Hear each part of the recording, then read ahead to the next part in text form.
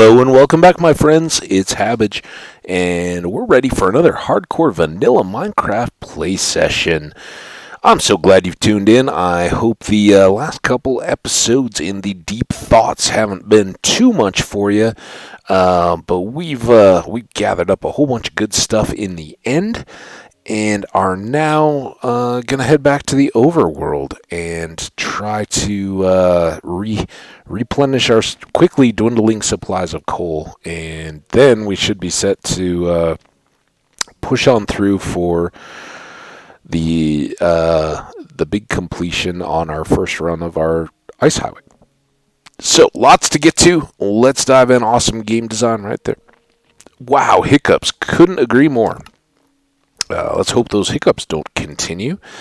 The bottle of tea is getting a little lower. It's served me well through, for you guys, like 4 days worth of videos. But we're coming along here pretty well, I have to think. So, in the end of the last episode, we loaded up some supplies. We're going to run back to the Nether hub. I'm not going to do a thing on the actual ice highway. I just want to move the supplies and recap a few of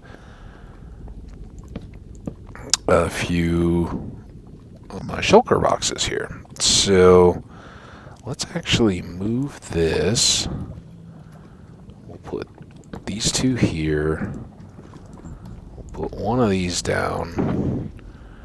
Okay, we're going to have a lot of polished blackstone, which is good. We need it, it being kind of the structural support for all these runs.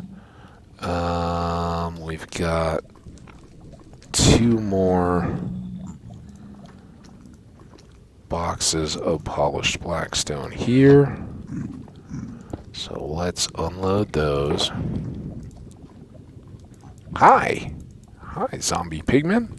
Yep, you try to jump on that box.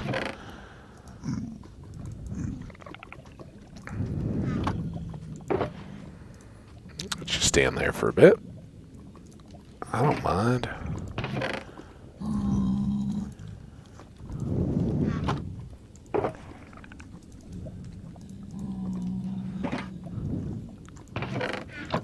Any day now, though. Okay. He's like, whee! Alright, I guess I'll move now. Did I miss one? What? Alright, so lots more of these cleaned up. Let's put them away.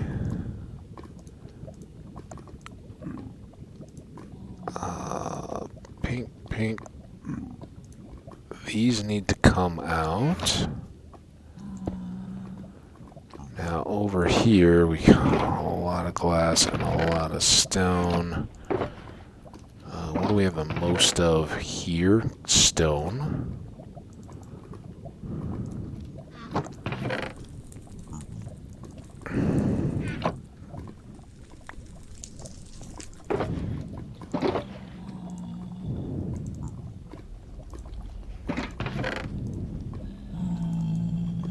And yeah, I know this isn't the riveting stuff to start our episode here, but we were really just, already a little long on our last episode.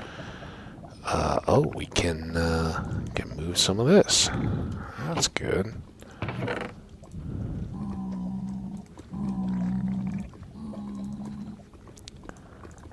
All right, then this can become glass and all others. I think I'm going to pull back some of this stuff that we don't need anymore. Specifically the carpet and the panes. And that's tipping my hand a little bit. I think going forward we're going to try, and I know it means a lot of cooking. That's part of why we're going for more coal right now. But I think the uniformity is gonna serve us well. Oh, we still have rods to do too. Oh man. Okay. Purple goes there. Gray. Go there. Uh-oh. Something.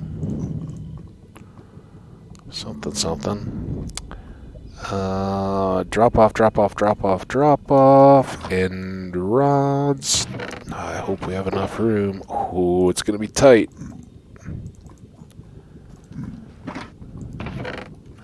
Well, that's some overflow. Come on. Yeah, alright.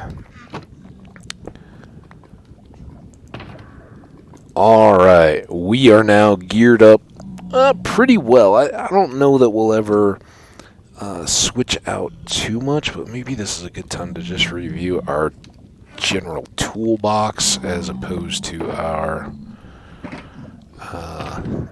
top level end chest here. So I think this and these and this for sure can all come into the box. I kind of like having some spare food. I definitely always want to have the backup totem. All those can kind of live on. We do have more picks ready to go. That's our fortune. We like to keep it a little separate. And then some of the rest of this stuff. Oh, we did have more pearls here, but that's all right. So store all these back up. We made our glass section there, so we'll put those away, and yeah, we'll be ready to go. So now, what's our next stop? It really doesn't matter. Let's go clear the random items that we do have. A little bit of housekeeping here. Just stay nice and tidy.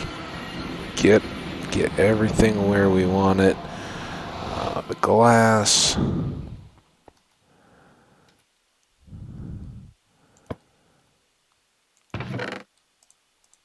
Oh, not the food. Okay, glass, carpet, and blackstone. Now we have lots of room for blackstone again. Okay, one chest there. I'm going to keep that out so that when we just go heal up with our creepers on our tool durability, we can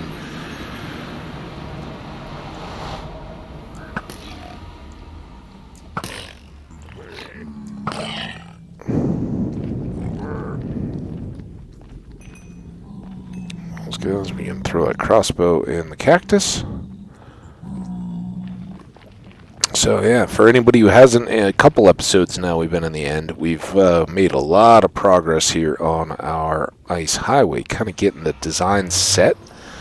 And I expect very shortly to be back and doing some hard work getting those things prepared. Alright, get that away. Let's hope we remember. Let's not put it on the yellow. They're over here, right in the middle of the orange, where we have to trip over it. Let's start here.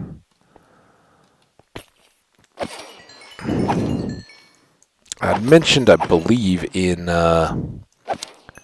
one of the prior videos that I've recorded today, early today, I found, thanks to a Twitch recommendation, a stream of Hardcore Minecraft that was live for a Not Brock.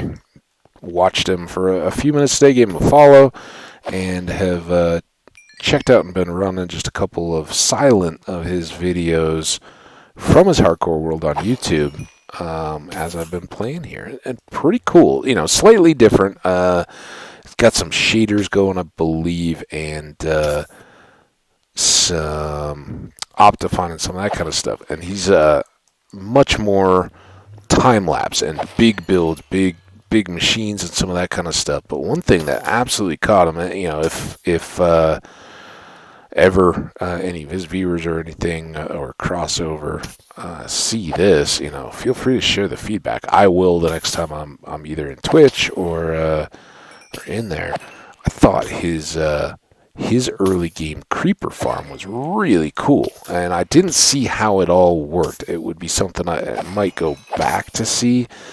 But I was checking it out. When I first saw it, it was you know, just like in an underground base, and it was like two sides of water going around a room, and just creepers, you know, flowing towards a lava in the center with a hopper under it. So, you know, very similar type effect, I've got to imagine. I didn't see him set up the spawning rooms, but I got to imagine they're just standard dark room with the reduced height to get all the creepers.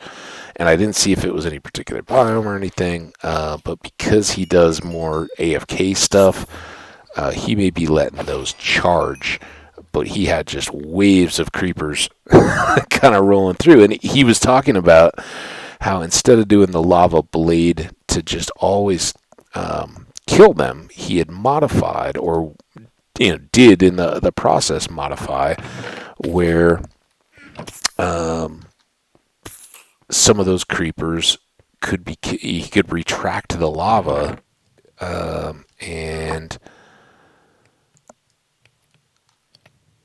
oh, we'd switched over to stone here, so we're just filling up and getting going. Is that right? Yeah, look at that. All right, this should still be all glass. I think we pulled all the sand. We're probably still very full there, because we really haven't had this loaded since we made that change. So good enough. We're going to need lots of both, especially if we're doing full scale growth. So these are all healthy. Eventually, you know, we're going to want to go back. I think we have 2 spare pieces of ancient debris right now. At some point, we'll want to get a few more of those, but not our greatest priority right now. We haven't even found projects where we've used up, aside from breaking on the ice, a full 2 netherite picks, much less 3. So we've got 1 here. We got 1 that we're currently getting back to tip-top shape, and then we have 1 in here which we should pull and also fully restore. And this shouldn't take too terribly long. The pick that we have right now is making good progress, and it's the most banged up tool we've had. So just, you know, a few little hits on the others. Any cacti sitting around? We've gotten a couple. Yeah, for anybody who's been a while and hasn't seen, this is our darkroom spawner. We can look up here. So up there are 2 floors. Let me shift over just a bit. So the interior of this is just a fall, and up near the top we have signs that are holding back water. So any of the creepers that spawn up above, they all fall from a uniform height, and it's just enough to kind of make them one-shot kills for us with our sword. On each of these corners, that is an 8x8 floor in a totally dark box, and there are trapdoors on all the ceilings, and there's a bunch of little, you know, there's half slabs every once in a while to keep spiders from spawning, but basically they're just big floors in dark rooms where only creepers can spawn based on how the game creates mobs and then how we've confined the spaces to make them appear. There are trapdoors on the edges, and each of those are elevated. So right above this red and yellow section is flowing water, and it flows from sources on the edge, the orange edge, into the tunnel here. Along each of these white sandstone edges are trapdoors, and that makes the creepers think that those are full blocks they can walk on, and they'll walk to the edge and just fall into the water, get carried, and then dropped into the tunnel. As they spawn, they fall, and we end up with stacks of creepers here. It's decent. Decent for some repair XP, and fairly good just for keeping things topped off. In addition, it gives us gunpowder, which we need desperately for rockets, which are now very well stocked up, and for TNT, so we can go get more ancient debris. We still do like to strip mine for some of that. It gets us lots of quartz and gold at a better rate because we're silk touch and fortuning than would if we just TNT'd it all, and we don't have to clean up quite as much in the lava. But TNT is still fun, and we actually open up a lot. I don't know. I have never contemplated the whole empty the nether through a 256? Yeah, 256 by 256 spawning area. To make the nether farm, super wither skelly farm, but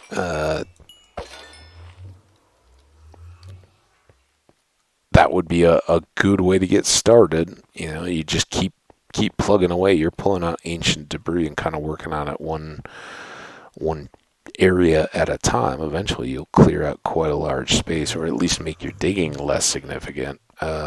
But it's not for everybody. And if you don't have, if you're not live streaming and just looking for content to fill your time, it's not it. And it's kind of the trend right now. Like, everybody's got to dig a hole in the nether. Phil did, John Bams did. I'm sure others I don't know have all, and once it got going and people saw the results, oh, I'm going to do that. I don't feel like I'm up to speed if I haven't done that. And so not at the top of my appeal. I don't need to spend a few hundred hours digging those blocks. We've got lots of other stuff to do. So it's how you play the game, how you get enjoyment. Come on, just a little bit more here for my axe. It's best when you... Oh, there's a cactus. Three! Count Dracula style. Anything cool in here? No, not really. Sometimes when you go check boxes, you're like, oh, I'm not using that at all. And then all of a sudden it's, oh, I could really use that. we brought along cactus. So far, we haven't come close to just the random pile that we'd brought, I believe. All right, there's our pick done. Good. Let's set it.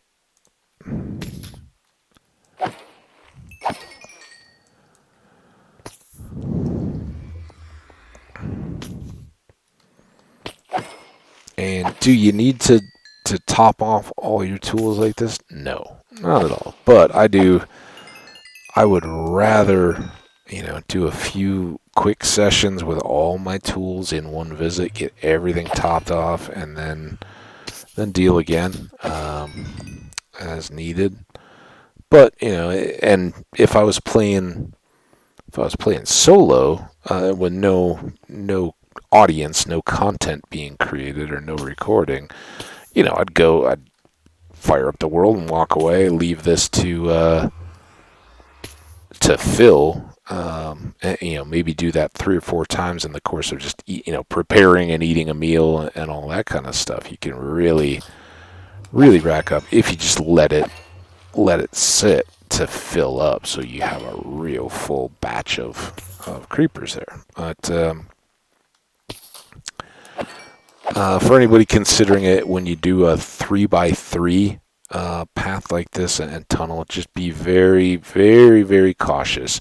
If you go all the way in, they can see you and they'll sizzle, and that can destroy, it doesn't destroy it, it just blows a hole in this, and depending on your materials, which is why we've used the smooth red and white sandstone so predominantly for the blast resistance. But yeah, creeper going off will certainly free them. It'll blow enough of this out that then they're falling and just spreading out. And you better be ready to exit quick and make contingency plans. And we built all that in. If you're curious, go back to see the videos where we were working on this farm, and they'll help illustrate how I made it so that it can be fairly quickly turned off. And we do have a chest of supplies down at the bottom that would facilitate that. And when you have wings, it's still a good idea to have some scaffold and just be able to stack scaffold, go all the way up to the top, above the top, cut across, drop down onto it, and that's how you can effectively turn off this farm. Then once it stopped producing new ones, you can fly off, let it clear, come back in, if you need to, take out any stragglers with your bow, and begin patching up whatever nastiness you got. Still not an ideal situation, so be prepared to deal with it as such. So I'm just checking the coal levels, really. 22s, I knew we were a little lower on one side than the other. I think I'm just going to let stuff pile there for the time being. And we've got full shulkers of both smooth, or full double chests almost, of glass and smooth stone. So we're going to need more. There's no problem in letting those cook while we're here and just idling and waiting for the mobs to drop. I guess since we're set on this stuff, let's go ahead and put it away so we don't forget it. Don't have a possibility of forgetting it. Oh man. Of course I took more impact to the bow or the pick then, because I put the fully repaired one up and then broke shulker box.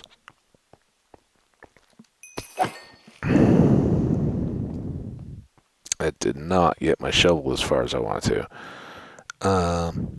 But yeah, this is a build I feel quite at home in. It's maybe not quite as decorative, it's base materials, but I do try to do stuff that isn't necessary to give it some character and some different color schemes and that kind of stuff.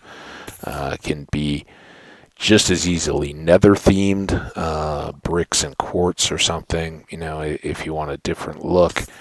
And this is not some of my little characteristics that I've switched on, but the dark room spawner, and that's what I was talking about with Not Brock, I assume he's doing a very similar spawning, and it was just a cool new approach to it where you could decide if you wanted to kill or just let the lava do it and have it running like we have our ovens back at our base, where while you're doing other stuff, it's just running, and whatever time you can go check and see how much gunpowder they've produced just by doing their thing and going through, because gunpowder will fall, but it'll be as if you hadn't killed them with a fortune sword, right? Because you haven't, and you get no XP unless you actually kill them yourselves. So all factors keep in mind when you're setting up your own farms. But he was saying similar stuff when I was watching. This is a great starter farm, good source of XP when you're getting it going early game. A real nice way to ensure that you have lots and lots and lots of gunpowder. And that's the reason why I set mine up for all creepers here. We still need bones, especially for the product. We may set up a whole similar but different something just to pull bones. And we've got the wither scaly farm that helps. They drop some bones, but It's a little more of a free for all, just combat fun world. I was hoping to get a little quicker over here and get some of that going right now, but we still got a little bit of a build up time. We've got just our shovel, and then what I would think are like 4 creepers each on these. These should both just be a hair of wear now. So okay, shovel done. Good stuff. One pick done, and then this one just broke a shulker box, so it should be good without too much effort. Good. Okay, we are all set. We just need to make sure we get that totem in our mitt gripped tightly. Have a sip here.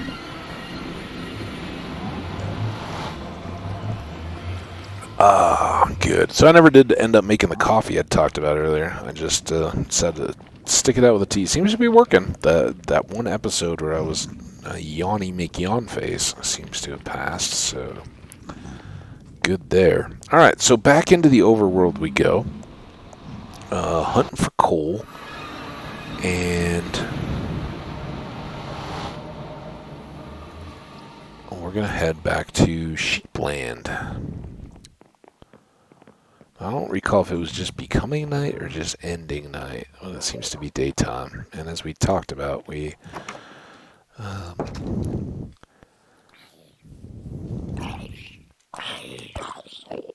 been short on combat. I'll take some of these guys down. So yeah, we got a lot of shulker boxes. We'll fill them all before we want to move on to other stuff. But there we go. So eventually, we're kind of cutting the corner, but eventually, ooh, look at our wheat. Bees, you guys are doing an awesome job. We haven't even been back by to see you, and you've been keeping that going. So eventually, we're going to make this into a coastal road. We've kind of cleared some trees, and this is a rough outline. It may be subject to some changes, but just dipped into the forest with some kind of bends and curves here. And our sheep farm isn't far out that way, but shh, because we're going to kind of make this a winding road. Once we get horses, we're so far beyond needing horses for transport. We got wings and things like that. But this will wind us around and kind of give us an access to the kind of outpost we're going to set up out here. And for those who may not have seen when we were beginning construction here, I talked about it a little bit. The base, the fortress that we just left, which is everything is still under construction by and large. That represents kind of a think like Magellan, right? Probably a little bit after, more accurately, but Magellan had sailed all the way around the world to like Columbus. He's looking to get to the Spice Islands, and he did it much more successfully by going around South America. He had the advantage of by that point knowing that South America existed, and so kind of aimed better to start. But that was to already connect with Portuguese traders that had long been established in the Far East, kind of the Indonesia, Oceania areas, and on islands where spices grew particularly well, they would establish these outpost, colonies where in those times it was really before a sense of imperialism had begun for Western Europe, and the involved parties were really there, having negotiated with the existing governments that, hey, we're we're coming to trade. If you'll give us a space where we can establish our people, we'll stay out of your way, but we'll do good trade. We'll bring goods for you guys, and if you'll grow or give us the means to or whatever, they weren't really interested in farming themselves. They were really more interested in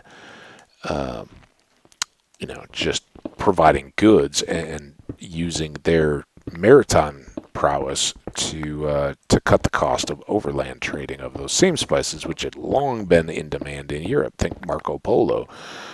He made the overland expedition and gained great renown for having spent a lot of time in northern China and Mongolia with the Khans, and introducing himself into their society and becoming a little bit embroiled in the local politics, as you can't help but do.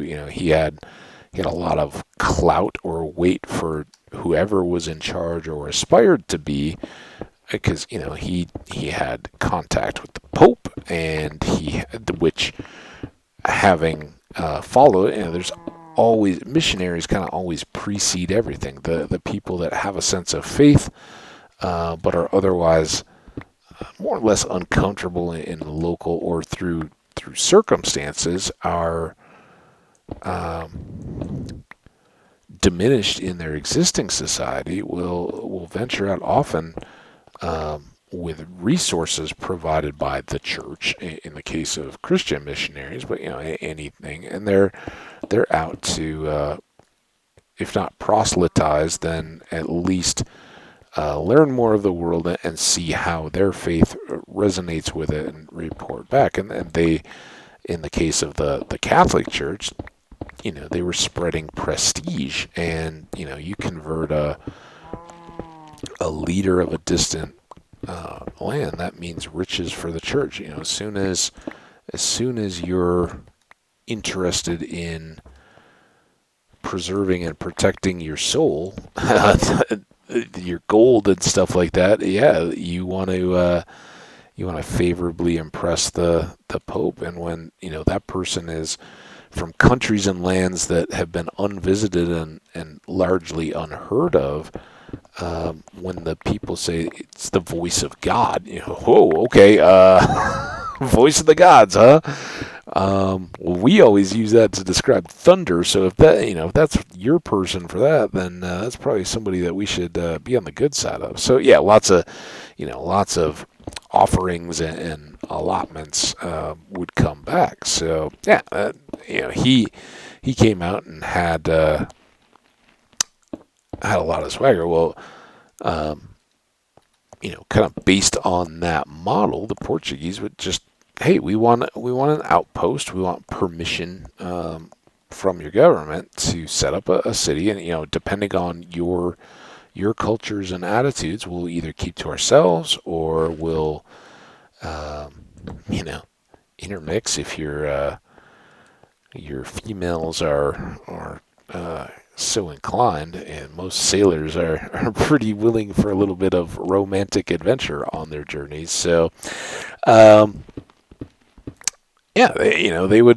would set up an encampment, kind of like what we're working on. Now, mine's nothing historically accurate in a sense. I've studied a lot of history, and I'm kind of wholeheartedly hybridizing between that and Midwestern U.S. Fortifications of the mid-19th century, or throughout the 19th century, really predating the Civil War and really running up to just beyond it, as kind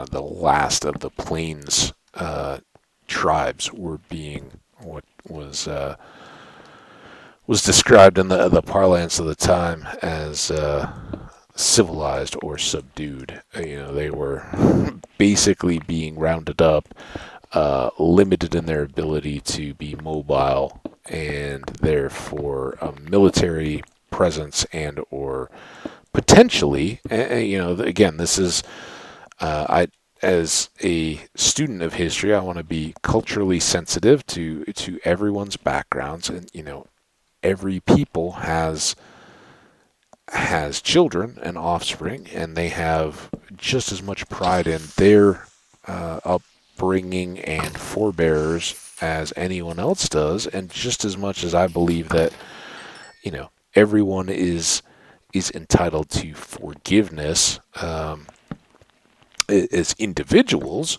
So I think people, you have to take the balance.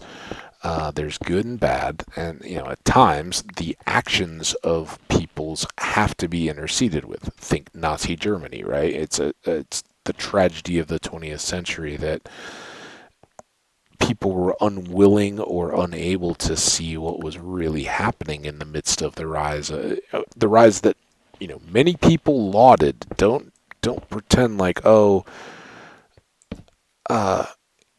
people should have just hated the Nazis all along. They were so bad. They were the bad guys. Everybody knew it.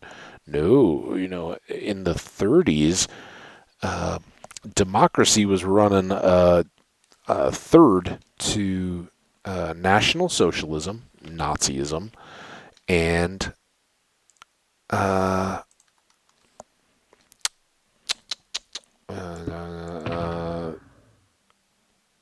communist socialism. You think Spain and the war there; those were the two options. Were you going to be National Socialist, or were you going to become communist? And both did not celebrate the value of the individual or personal liberties. Both were state controlled when it came to any liberties or considerations in that sense. So definitely, I gotta remember how to get back. I think we cleared pretty well. We still have more to go here, but I think we've done pretty well starting our clearing of these upper levels. And then we'll go back down to our mine area. Clean that up. Let's just top this off. I kind of like to, and I think that was part of the cobble we ended up using out in the end was sort of earmarked to bring out here for some construction. We may still have some left. I'm trying to go from memory here. This way? Yeah, this seems right. These are the big stairs. So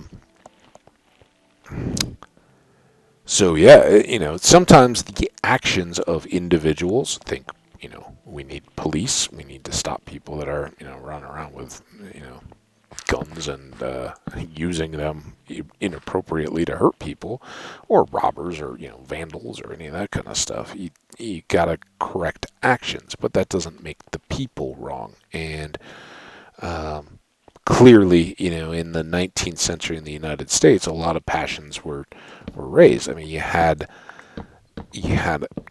a population that was easily growing into the plains and was looking to them as a living space. And as somebody who lives on the edge of them in Colorado, I can certainly attest that they've come a long way. And while that really, that basically there were just two ideals of society that came to loggerheads. And one had been designed over several thousand years.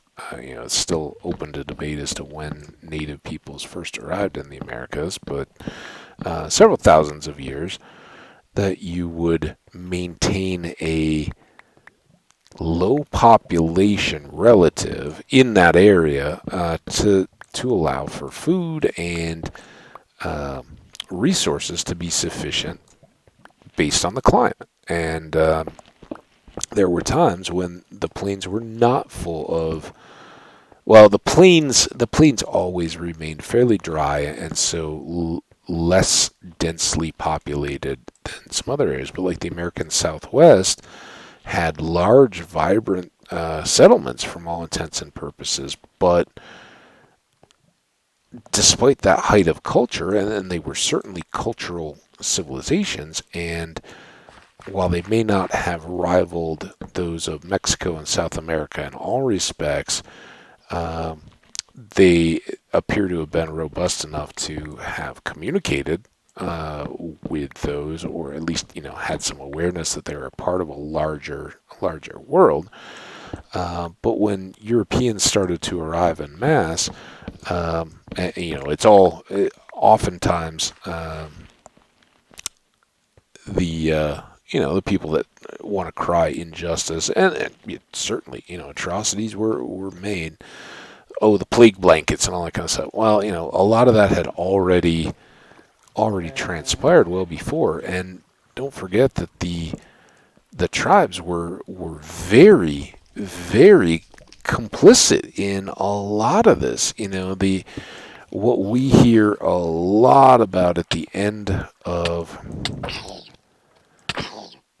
in the late 19th century, Custer and Wounded Knee, and some of the final placement of tribes into reservations, and the forcing of a changing of names, changing of religion, and some of those kind of things, or punishing children who went to group homes for continuing to speak their native languages and things like that. That is terrible. In today's values, that's reprehensible. But in the time frames, the politics, and there were of the tribes that. Thank you for telling me that there are no threats. Apparently, we've verified that on my laptop. But yes, prior to those times, or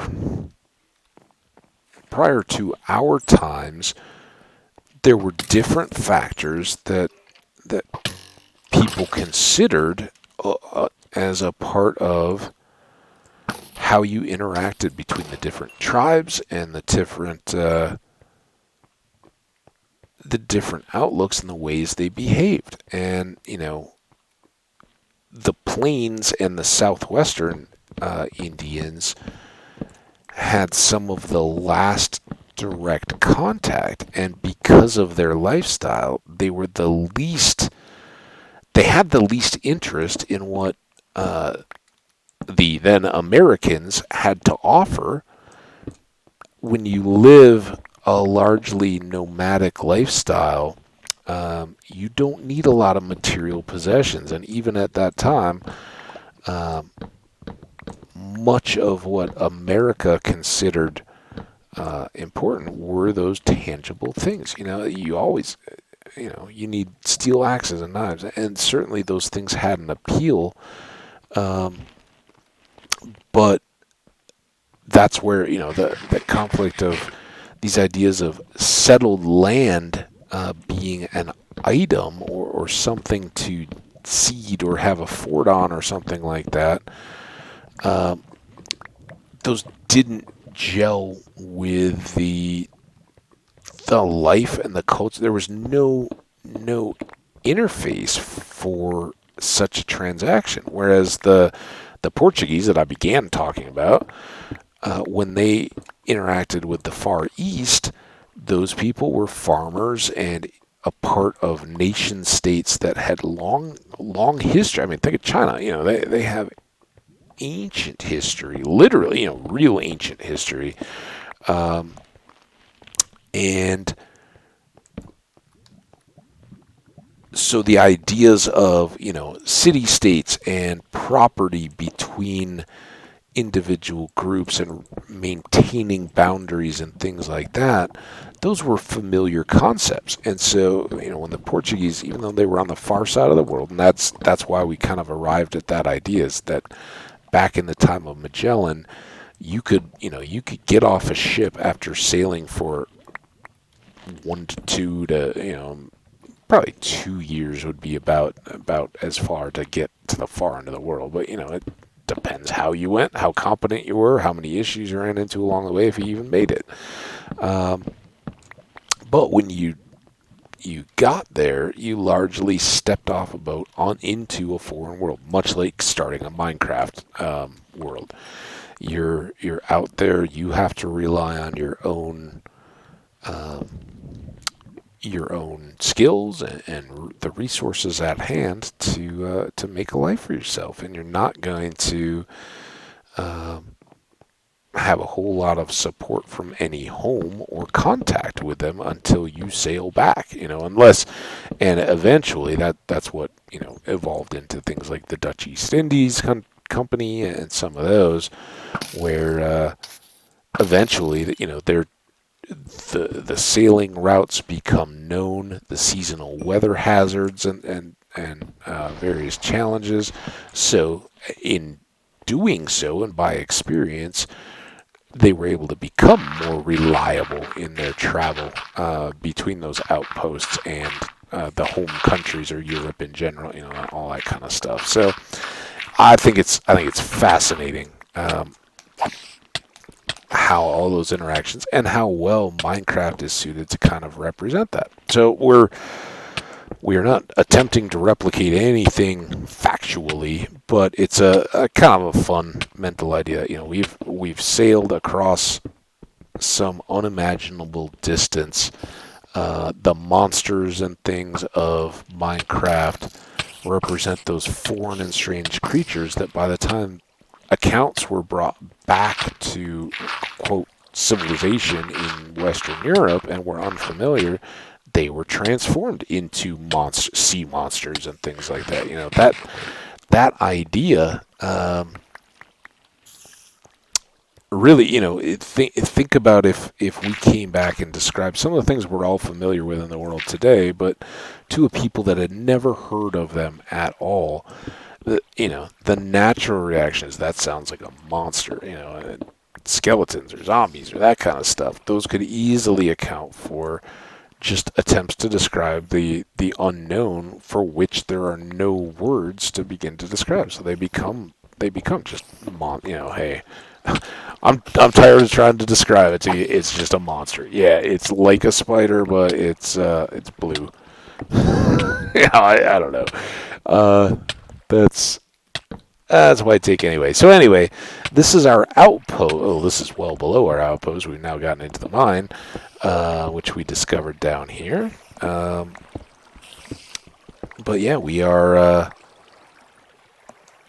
the equivalent of a day's ride or so. The outskirts around what would be a later or even a medieval European fortification. When you have a castle or a fortress or something, when an enemy draws near, you kind of pull in from the surrounding areas. So you'll still have towns and villages and things out around that structure, where the day-to-day operations happen. The farms and all those kind of things can't be inside wall, and not everything can be protected. But if the enemy's coming, you pull back in with the most important stuff and expect the rest of it to be plundered and burned before you next emerge, or beat them, or negotiate a settlement, or whatever the case is going to be. But that's the stuff you just can't protect. So that's kind of what so our fields that we walked by with the bees and all that. That's all part of our kind of subcontext of this world here. And then when we get into the ice highway and the nether, we go for much more modern looks, expecting that once you've gone into a different dimension, all rules are off and you can kind of let your imagination run free. So I think this gets us back pretty directly to our Oh, wow. There's our kind of starting spawn. So we're making pretty good progress around. This was our stairway up. So let's set back up as we had. I believe we had... Well, now we can do all these. Let's do the monochromes for just... I was going to say for just rocks, but we don't have a whole lot. That's the problem down here. We don't get... Until and unless we're working, kind of just between caves and stuff, or opening up some more of this, and we may do a bit of that.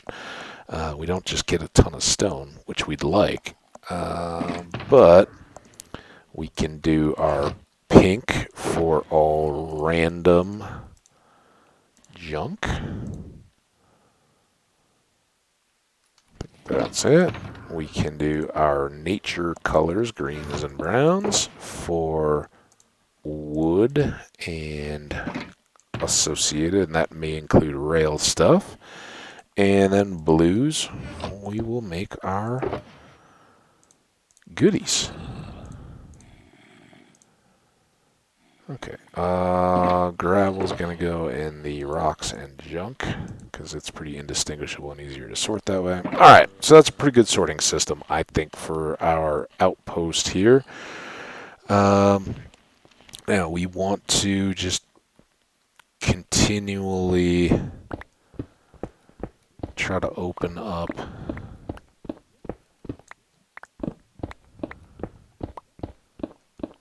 as much between these. Anything you can do to kind of clarify the way back is always, in my mind, always worthwhile.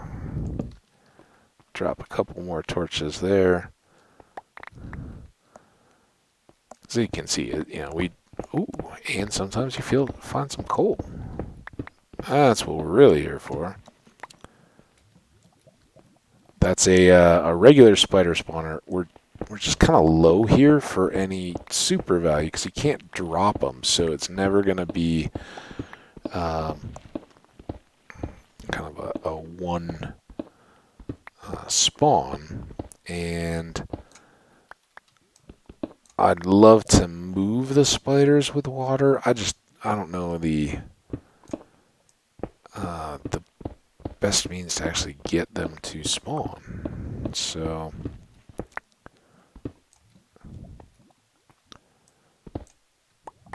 whatever.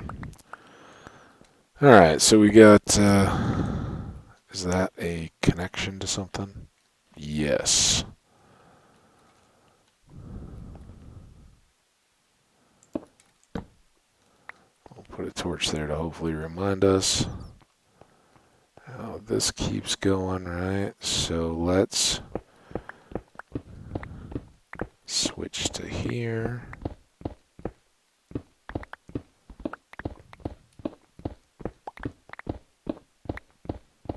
Ooh, now we got more up here. That's not really going anywhere, though. Is that all? So much for keeping that torch, right?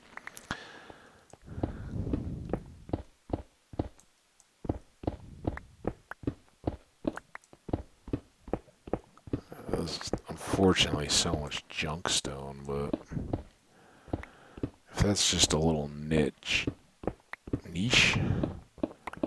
then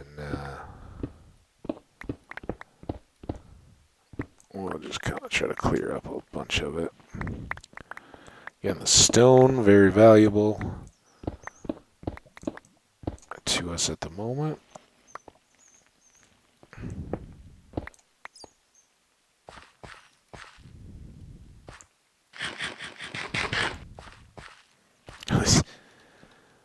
I'm hearing bats, but I think I'm also hearing a bird outside my window. It's making a very interesting combo of animal-y sounds. Let's just go ahead and get rid of this water.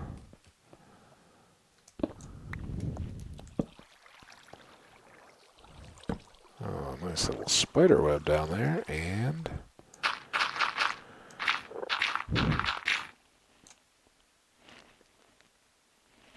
a piece of coal.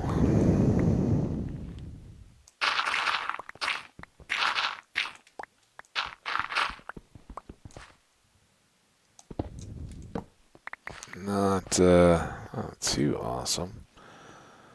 I guess we can blast through some of this. Many people, oh, you gotta dig out the gravel or the dirt or anything. That's where all the diamonds and stuff are. My experience hasn't proven that out, and I've played a lot of Minecraft. It's just kind of one of those grass is greener. You remember the incidents where it does happen like that more than would actually be substantiated in measured results. So, all right, anything that looks like a block is a block, and then the spider webs away. All right, so back we go again. That back over. That we just done. That was the gravel hole, right? Maybe? That's some kind of hole. It seems done now, though. Wow, I'm seeing things now. I was like, oh, hey. Just, I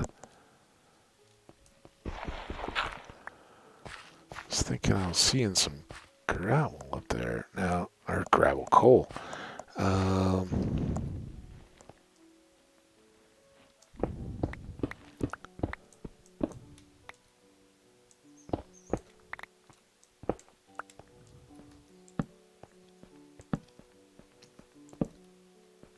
All new.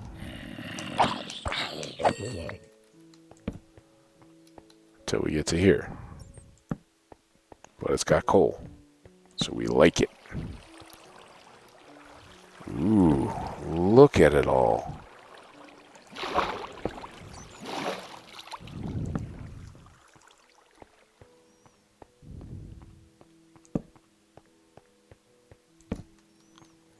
Okay, yeah, there are definitely European starlings outside my window.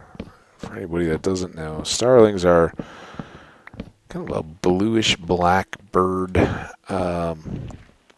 Speckledy, though. They're not like a true blackbird or even a grackle or anything like that, where they may have a little bit of coloration but are mainly, monotone. Starlings tend to congregate. They're very sociable, and so they have large flocks, and they're mimics. So they will. I don't know why mimics mimic exactly. I think in some way it's as most things are. It's related to mating and attracting a mate and all that, but I don't know what exactly the advantage is of being able to replicate sounds that they've heard, but they do. And so while they kind of have their own just kind of raucous chatter type sounds, they also will imitate other birds very often. That was kind of what it naturally came from. But also you'll occasionally get like machinery sounds and things like that they've been exposed to. And yeah, I've still got the blinds drawn. It's last break it was dry. It was nice out, cool and overcast a little bit, but otherwise pretty pleasant. He looks very stuck. Just help him out there. He doesn't look stuck.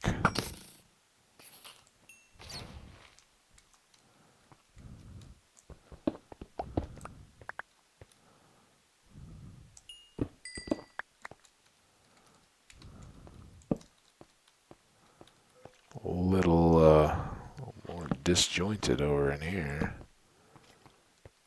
Huh. Okay. Now if we keep knocking out this wall,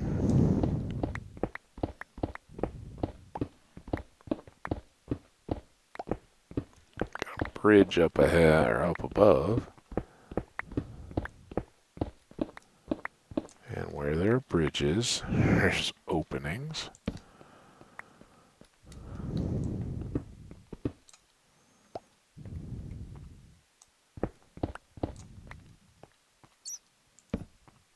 I know we're taking that out, but I'd like to see if I can get a... Okay, we don't have anything too much there.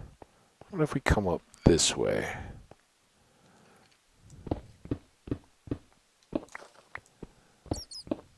I bet. I know. Those mean old birds are stealing your thunder.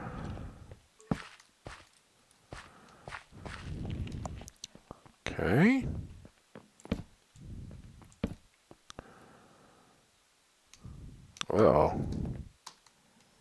Well, we've prepared for this since the last trip. We have lots of wood, and we got even more up at the surface now than we ever did originally.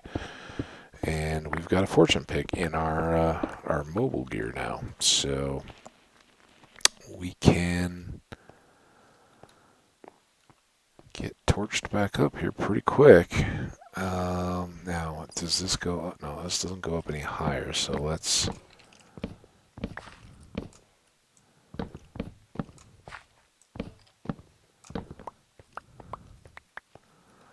leave off with it. There's some more.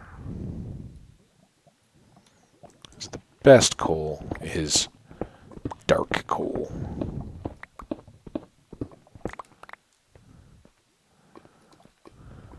Ooh.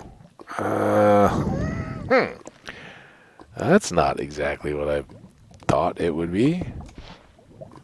How much of that can we fill in?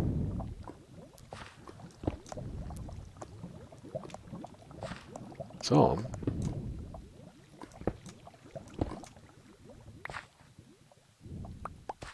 Ooh. Okay. I thought we were splashing down. Ooh. I don't have any. I don't have any torches. That's why we need to go get torches, right?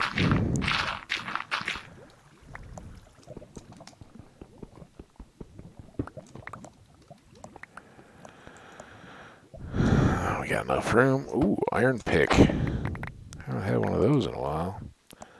Alright, we'll sort out what we got if we get back. More coal there. I don't remember exactly how we came to find ourselves in this little area. Oh, we came up there. Right? Hi. And I think we'd approach from here.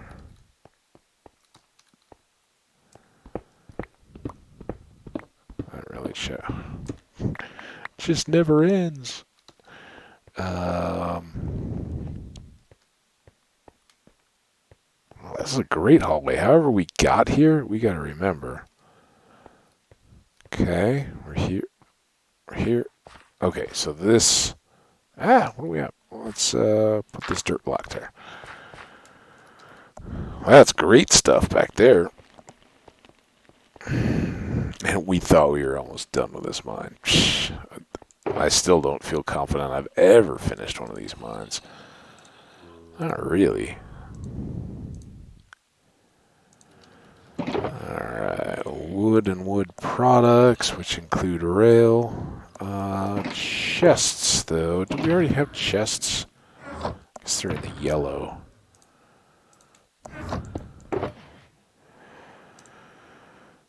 We picked up a few torches. We could have been using those.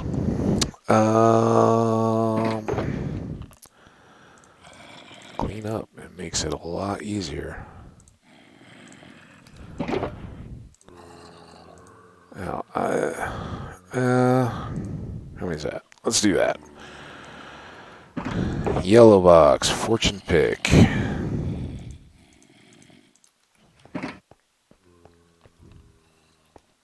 Seems as good as any, right?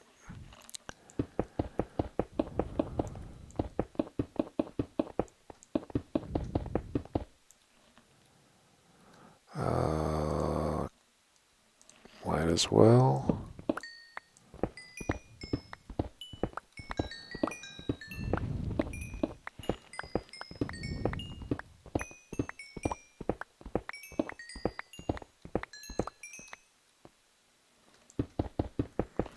Every little bit we repair here is not time we have to spend in the dark room.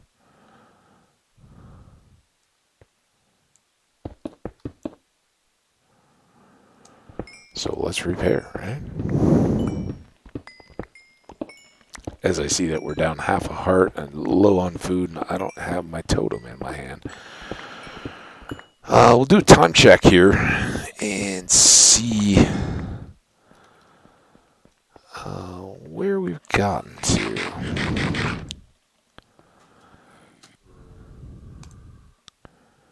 Just over an hour. All right, back here. So, abruptly, we're going to save and quit on this episode. Well, cranking out in our minds. We talked a little bit back for folks who may have missed as we kind of generated our origin story. Why we're here, what we're doing, and just happens to be a very convenient mine underneath our pasture lands. So, yeah, expect a little burg out here, basically a lodging house and maybe some barns when we get horses and donkeys and mules and all that going, and some kind of equipment stall type stuff for our sheep, maybe a shearing building. I don't know. We'll figure it out. But it'll be awesome when we get there. That's longer term. We want to get this highway knocked out. But as always, the most important thing that I can say to you guys is thanks so much for tuning in. I hope you're continuing to enjoy. Please let me know if you are. Click that like, drop some comments. Let me know what you are enjoying or any feedback.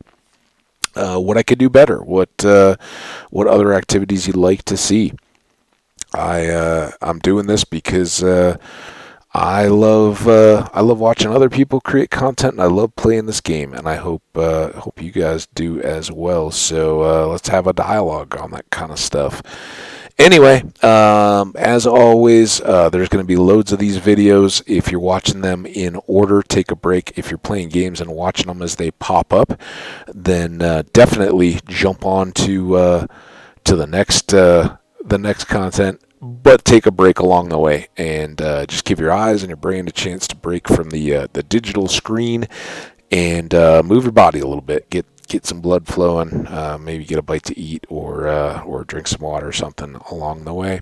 I'm going to do that right now, and I'll be back to record more if my train of thought and recording these all kind of in a row gets tough. I believe this is Sunday evening, so I hope you had a great weekend, gearing up for the week ahead. If you work a normal Monday through Friday, then or go to school, school is probably over, right? Summer vacation, awesome for anybody that's school aged. Congratulations, and I hope you did well. If that's the case, have an awesome summer. Spend a lot of time outside. Don't forget your video games. But we got a big drop coming on Tuesday, the 8th. So yeah, that's Tuesday because Sunday's the 6th. So for anybody keeping track at home, that's 2 days, and there's going to be some Minecraft craze, I'm sure. So take your time outside if you can. If the weather's nice. Get lots of exercise and stuff, because I'm sure a lot of people will be playing a lot once that drops. And until then, as always, take care of yourselves. Take care of anybody else that may need a hand, and stay awesome. I talked a lot about what that means to me, and I think you guys are, as long as you do as well. So stay awesome out there. Until next time, we'll see you back here. I'll keep creating the content if you guys keep swinging by. So. We'll see you then. Bye now.